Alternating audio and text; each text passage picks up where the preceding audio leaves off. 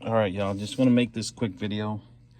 A few days ago, there's a little heat wave that came through here. I'm in Southern California, Saturday to be exact, and my daughter was upstairs with my wife. My daughter had a fever, and my wife came downstairs. I was watching some boxing, and she was like, "It's hot up there," and I'm like, "Wait, I have the AC at like in the 70s," and sure enough, it was about 81, and so it was hot symptoms. It was hot upstairs. What I did is I ran outside right away, and I looked at the outdoor unit, and the copper lines there was ice on them. So I was like, okay.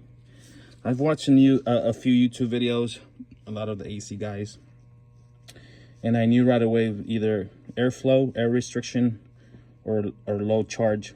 So I knew the filters had been recently changed. I change them out pretty often, so I know it wasn't that.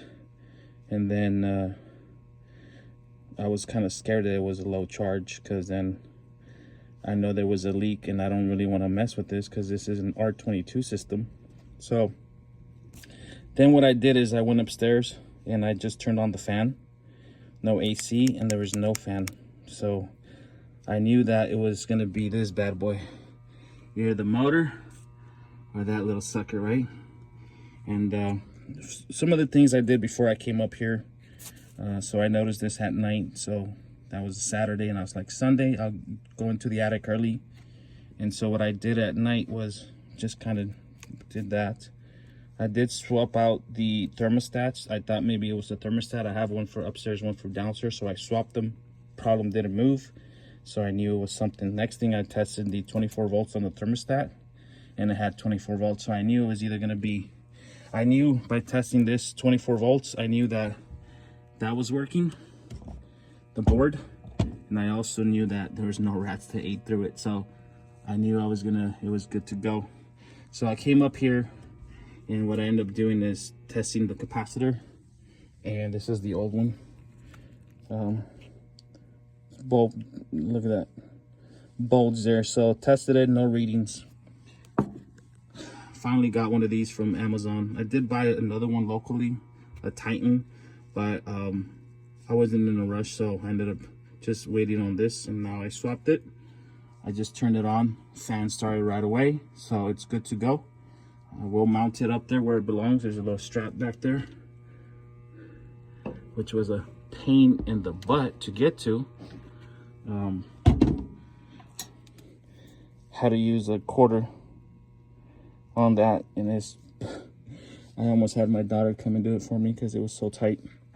Anyways, it's working, and one of the things I really liked is one of these Milwaukee lights. This thing's super awesome. Obviously,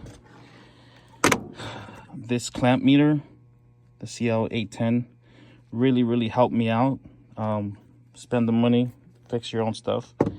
Some of the things I did do with this clamp meter was I tested the amps on the compressor. I'm glad that was working.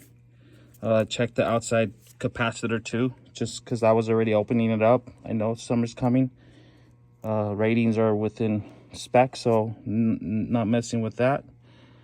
So yeah, now discharge this sucker, put it back there, and wait for the next heat wave. But just wanted to share this with you guys, and this vacuum is amazing too, and just some of the tools that I have up here. But thanks for watching. Hopefully it helps someone. Thanks.